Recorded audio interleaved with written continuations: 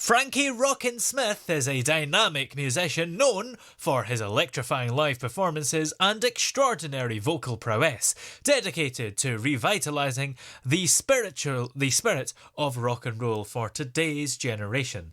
And we had him on the show last year, and he's back with his new single, What We Got Is Rock and Roll, which is the first single of his upcoming album, Bring Back Rock and Roll. And Frankie is with us here. How are you today? I'm good, thank you, Toby. Nice to hear from you. Now, this new single, What We Got Is Rock and Roll, what can you tell us about it? Well, the single, it's pretty much based on the 50s, 60s type music. And today, all music is gone. They've sort of forgotten about, the rock and roll era. Yeah. And it's more auto-tuned, and there's not real instruments heard. Many real instruments heard on the songs today. It's all done electrically, through computer. And the message is bring back rock and roll, which that's the title track. Is, it goes through the history of rock and roll. Where Big Joe Turner, Bill Haley started off. Yeah. And it's showing, that we can still, how the real music was made back in the day, that we can still do it today. Yeah. So just trying to get that message out there, really, And how do you go about capturing that sound and sort of recreating the music that was around in the 1950s? Well, we just try to do it originally as we can and do it all raw. So I've got a fantastic piano player. His name's Lewis Chamberlain, and he plays just like Jerry Lee Lewis. Wow. He's brilliant. And I found this great guitarist online, and he's from Australia. And Mark D. Rosario, his name is, and he's a fantastic guitarist. And I've got a good friend called Keith Southwood. He's a bass player. And the management, MFB Music Management, he's got a great drummer on board. So what we're going to do is we're just going to record it. I'm mixing and producing it myself, but I'm doing it all the old original way. Yeah. With no tuning, no auto-tune, no symphonizers, nothing like that. And just do it as raw as we can get it, really, to the 50s sound. Yeah. And are you kind of working with these people in person? I mean, you mentioned one of the musicians is in Australia, so I take it there is a kind of some level of remote recording going on. Yeah, what it is, Mark, the guitarist, Mark D. Rosario, he's recording all his guitar, rhythm, lead, and everything, all his in, and he's just emailing it over to me, and I'm just mixing it as we go. Yeah. But the piano player, he's also emailing these parts over. But I've been in the studio with Keith Southwood, the bass player, and we've been working together in the studio on that. And the drum player, I think he's from Italy or something like that. So they're all spread across the world. Yeah. The musicians I'm working with. And would you ever wish to kind of work with the people that send it by email in person? And do you think the music would maybe sound better for it in some way? Yeah, definitely. I think, especially if we did a gig together, we performed live, I think getting together would be perfect. But how we mix it, we got a click tempo, so we know it's all in time and we line it all up. Yeah. But it'd be lovely to work with him in person. I mean, Lewis is a good friend. We went back in college together, and he did music in college, so he's a good friend. But where he works hard, I work hard. It's just hard getting the time to meet up together. So it's easy just to he do his work in his spare time, and then I can do mine when I get spare time. Yeah. And do you find that collaborating with several musicians helps bring out the best in your music, I suppose, because obviously you've not got to play all the instruments yourself, so you've got more time to focus on what you do, and also I guess do the other musicians have some good ideas that you can incorporate as well? Yeah, well, the piano player and the guitarist, they've added things in parts. They've recommended this or recommended that, and it's came out really good. Yeah, I'm really pleased with it. The last album I produced and done all the instruments myself. I play a bit of keyboard and I play guitar, but I'm not in these guys' league. I'm just a standard guitar player. But I had a piano instrument, like a keyboard, a koi machine, and it gives you drum loops. You can do bass for the keyboard, but it was good for that album, What Doesn't Kill You Makes You Stronger, which was released last year. It was good for that because that was rock, pop, country. It was a little mixture, and that worked well for me for that album. But for this, rock and roll, you got to have good musicians, and you got to try to do it as raw as you can get it, really. Yeah. Now, the song What We Got Is Rock and Roll is set to be released under the private Swiss MFB music management label, as you said. So, what was it that drew you to collaborate with that label, and how do you think the partnership has influenced your creative process? Well, I had another offer for another record label, and time we worked out fees and everything, they would have ended up owning 50% rights of my music, and I'd have ended up paying an extraordinary amount just for CDs and stuff like that. So with MFB Music Management, Marcel, the manager of that, he's a good friend, and I trust him. Yeah. And we've had a good working relationship since 2017, since we done our first single together. And he understands good music. He loves rock and roll just like me. So together, we work together. We've got good communication. Yeah. And he's very good at promoting and promotion. He's done everything. He got me on so many radio stations last year. In California, played it. We had 2 number-1 singles in a streaming voting chart. Wow. And I was very proud of that. And it was all thanks to him. So I thought, if anybody's going to back this album, it's got to be myself from MFB Music Management. Yeah, absolutely. Well, your upcoming album overall, Back to Rock and Roll, will be coming out. So what can we expect from the album as a whole? Well, there's a few ballads on the album, some good fast rock and roll songs, and I do a lot of the rock and roll clubs, and I've got a rock and roll festival weekender next year. So with them, they've got a dance for everything. So they do stroller dance, which is like a mid-tempo stroller. And then they got boppers where the teddy boys get up and they fast, flat out rock and roll dance to that. So I've pretty much put a little bit of everything in this album. There's also like a country rhythm and blues type song as well. Ooh. Because at the moment I'm doing a show called The History of Rock and Roll, and we go back. We start from Big Joe Turner. He started in 1938 and went right through the 40s into the early 50s. And one of the first rock and roll songs, well, this is considered to be one of the first rock and roll songs, is Shake, Rattle and Roll by Big Joe Turner. Yeah. So we start off the show with that, and then we go through to the 50s. Fats Domino came along, then it was Bill Haley, Elvis Presley. A lot of people, as soon as I go do a show, you get tied in as being an Elvis tribute, or you always get you always get that at the end of the night somewhere. And I try telling them that, like, I just love rock and roll in general. And all these other guys, like Big Joe Turner, Little Richard, Fats Domino, in the early 50s, a lot of African Americans didn't get rights, and they didn't get played on the radio and radio stations. It was only until Elvis Presley came along. Sam Phillips said he wanted a white man to sing black people's music. So it was then that Elvis Presley sort of took rock and roll further, but it goes back way before Elvis Presley. So we're describing that, doing that in the show.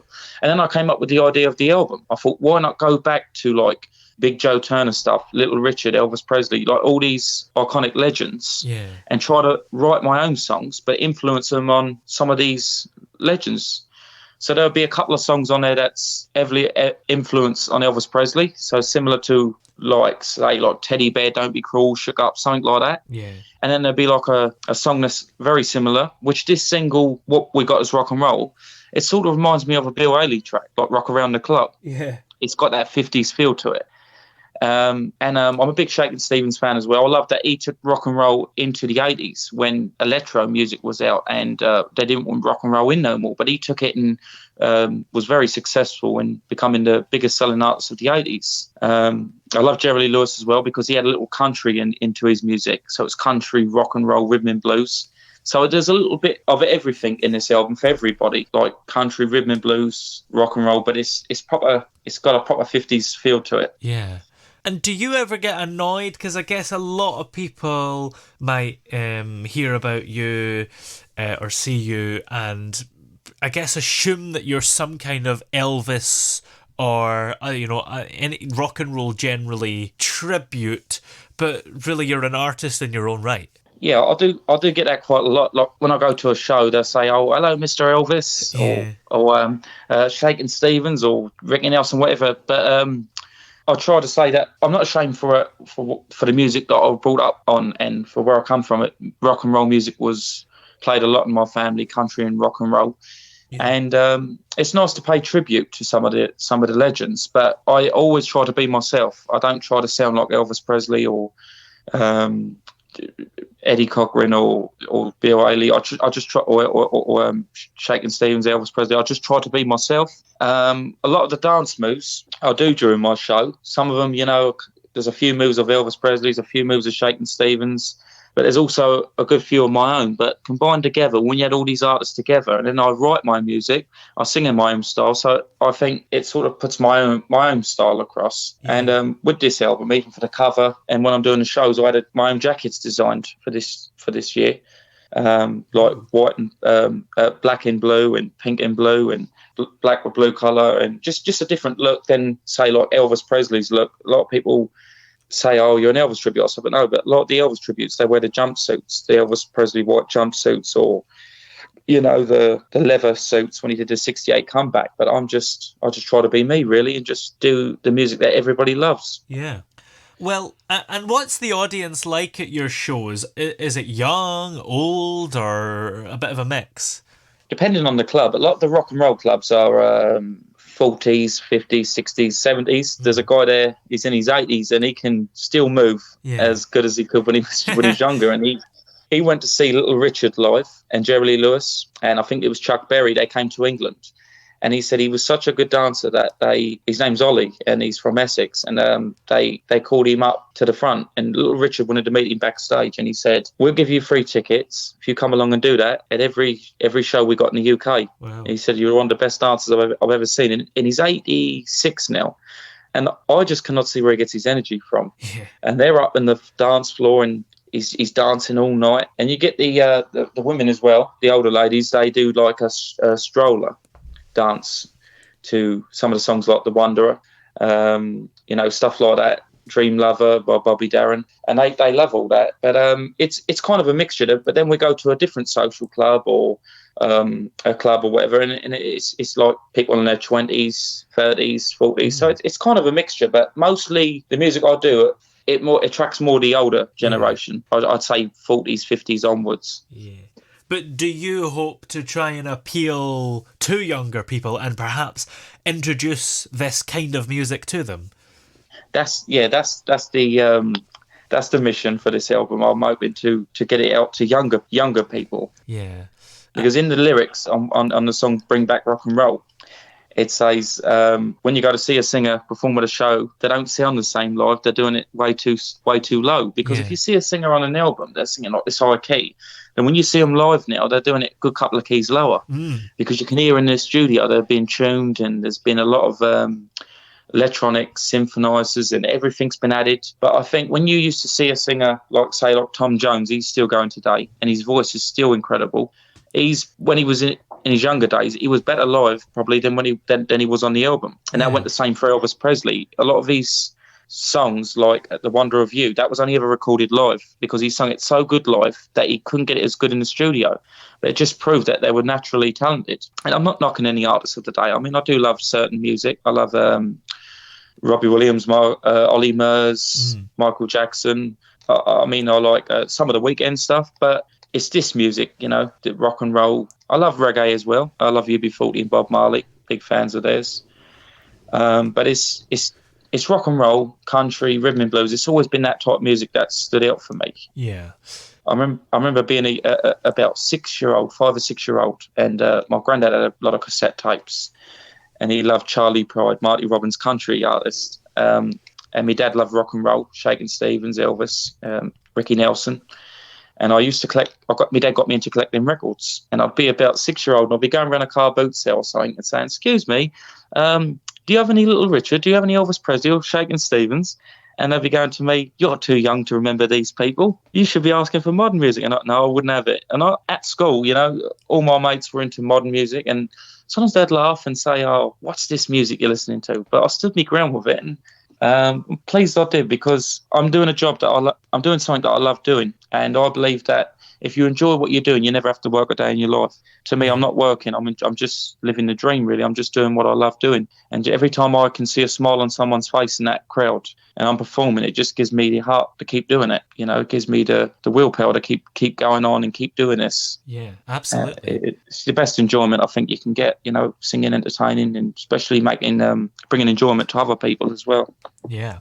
Well as the album and the single, Wild, Wild and Free will also be released as a bonus track. So, Yeah. what can you tell us about that song and how does it kind of complement the main single? Well, I ended up writing about 18, 20 tracks for this album, and I didn't end up picking all of them.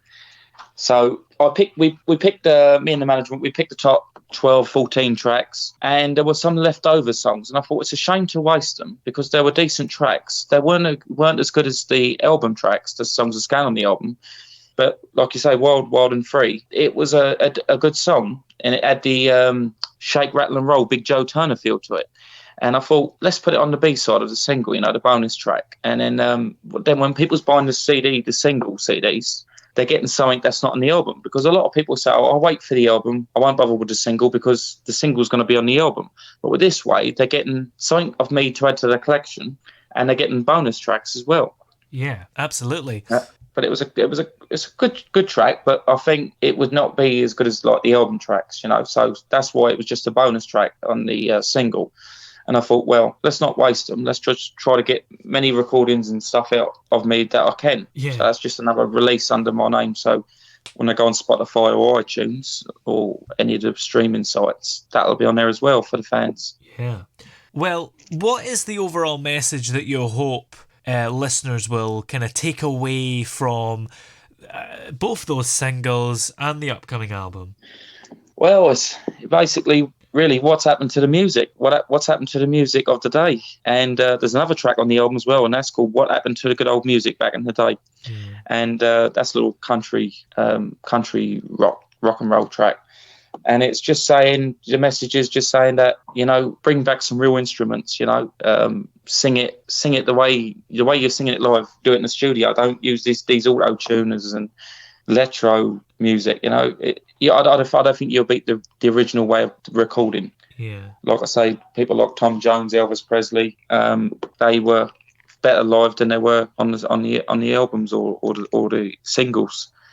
And I think that it's good to bring back the old music as well. I mean, good that they've got new music and technology's gone forward, but don't forget about the old music. And some of the singers should maybe go into doing some old type music.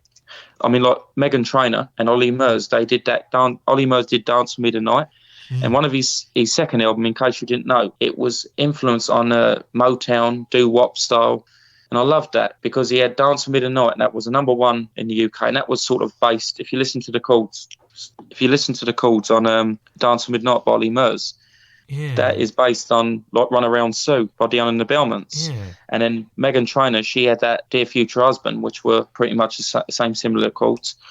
And that was based on a doo-wop 50s, 60s type style. And Meghan Trainor's done quite a few tracks now. I think she's the only one who's still doing tracks with a modern pop beat with the old 50s, 60s doo-wop style. And I love that. And I think there should be more artists out there to do that. And it's just a younger generation now, just hearing all this modern technology music, these rap artists, and they're not hearing the music that we were brought up with, you know. Yeah. Well, after this album and the singles, is there anything else you're working on? I suppose it'd just be promote. After doing this album, I'll just do my best to promote it, you know, get it out there and do the best I can. And then afterwards, we'll see. I probably might try to do a Christmas single or something. Ooh. It's been a while since I've had a Christmas single, so I might just try to do a one-off song as a Christmas single or something like that. But I'll continue writing for the next project. Actually, I've even got 4 tracks written already. So I love to keep busy, especially with the music. It helps me relax. You know, if I'm stressed, if I've had a bad day, or you know, I'm not feeling too good, music just helps me relax. Just by writing or, you know, recording some demos and doing stuff like that, it just helps me relax. It's the best. I think music is the best medicine you can get. Absolutely. Feeling down, you know, music can make you feel high spirited. I mean, if I have this fan on Facebook, she follows me and she's bought all my CDs, And she said, every day I brighten her life every time she hears me. So this is a shout out to Leslie. Her name is Leslie. She's one of my biggest fans. And she said that just by hearing my music every day brightens her life. She's been through a she's been through a lot in her life. And she said, just by hearing my music and following me, it's just brought so much enjoyment to her life. And that touches my heart. That means a lot, that I can make such a change in someone's life and bring enjoyment to people. Yeah. That's the best thing I think you can get. That means the world to me. It's never been about the money for me with music. I'm not in this for the music, the money. I mean, if I can get a few quid off it, then I'll be more than grateful. But if I don't, it's just about the enjoyment of music. Yeah. Well, where are we able to find this single? What we got is Rock and Roll, and the album when it comes out. Well, it'll be on all the streaming music stores: iTunes, Spotify, Deezer, and so many more. I think it's being released on all the major streaming platforms. And I'm offering a limited edition signed copy of a CD for each single, and we'll be doing a signed CD for the album. And at the moment, MFB Music Management is helping me open up a shop store on my website, so people can purchase the CDs through the website, which is www.frankierockinsmith.com. But as for now, a lot of people just go on my Facebook page, and a lot of people just message me and order from there, and I sign them. And I have great contact with my fans on Facebook. Sometimes we video call, and sometimes I go live and sign CDs on there for them, and have a little chat to them. So I personalise the CD if they want to sign it to someone else, or it's a gift for somebody. But there'll be an option for that on the website as well, so they can always leave a message if they want it personalised, signed by to anybody, Yeah. But we're working on that at the moment. Excellent. But as for now, if they want a CD, that'll be through me: Facebook, TikTok, Instagram, all the major social media sites. And the album and singles will just be on Spotify, iTunes, Deezer, and all the major streaming platforms. Excellent. Well, many thanks for joining us. It's been great having you on the show today. Well, thank you, Toby, so much for having me again. It's been a pleasure to talk to you.